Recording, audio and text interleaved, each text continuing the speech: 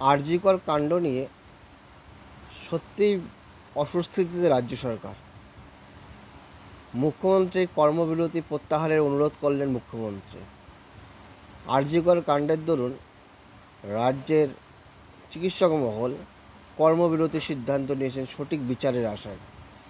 সেই প্রেক্ষাপটে এবং সেই যে আন্দোলন, সেই আন্দোলন দীর্ঘায়িত হচ্ছে এবং আন্দোলন দীর্ঘায়িত এবং প্রসারিত হচ্ছে। সারা ভারতবর্ষে তার প্রভাব পড়ছে এবং ভারতবর্ষের চোখে বাংলার যে অবস্থান তা সত্যি নিচে নেমে যাচ্ছে এবং নেমে যাওয়ার মতো ঘটনাও ঘটেছে। এবং আন্দোলনকারীদের দাবি সঠিক বিচার। সেই সঠিক বিচারের জন্যই মমতা ব্যানার্জির আবেদন। কিন্তু আবেদনটা দেখুন, শুনুন।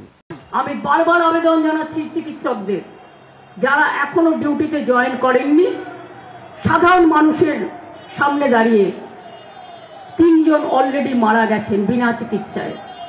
তার মধ্যে একটি বাচ্চাও আছে, একটি প্রেগনেন্ট মহিলাও আছে। আপনারা কিন্তু চিকিৎসা দিতে অঙ্গীকারবদ্ধ।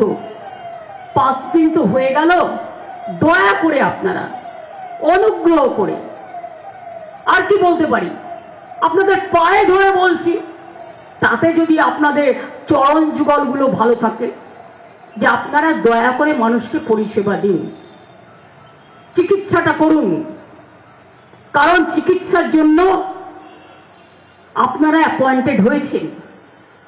আপনারা ট্রেনিং করলেও আপনারা একটা হসপিটালে কাজ করেন, কাজ বাকি রেখে আন্দোলন করেছেন তো 4-5 দিন, কেউ কিছু বলেনি। এরপর আসুন, কাজে নামুন, এটা আমার আবেদন। কিন্তু আবেদনের মধ্যে কি তিনি নম্র বা বিনয়ী? তিনি কাকে তার দায়িত্ব বোঝাচ্ছেন? চিকিৎসকরা যেমন চিকিৎসা দেওয়ার জন্য অঙ্গীকারবদ্ধ, তেমনি একই প্রশ্ন তো আপনার ক্ষেত্রেও আসে। আপনি উপযুক্ত প্রশাসন চালানোর জন্য অঙ্গীকারবদ্ধ। সেই প্রশ্নটা যদি চিকিৎসক মহল বা সাধারণ জনতা করে থাকে, তার উত্তর কী হবে? আপনি বলুন।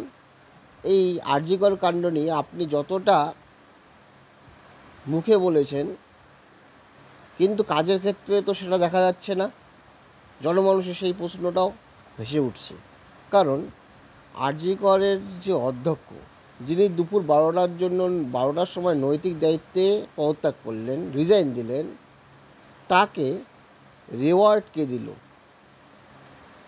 রাজ্যের কোন প্রশাসন তাকে 4 ঘন্টার মধ্যে আবার অন্য কলেজের প্রিন্সিপাল হিসেবে রিওয়ার্ড দিল?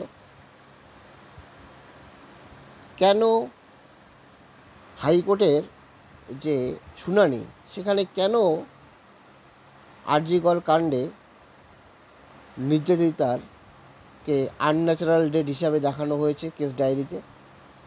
এগুলো প্রশ্ন জনমানুষে ওঠা শুরু হয়েছে।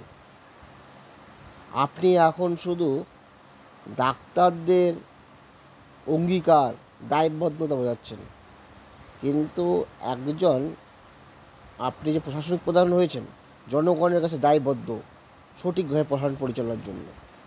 এটাও মনে রাখবেন। ধন্যবাদ।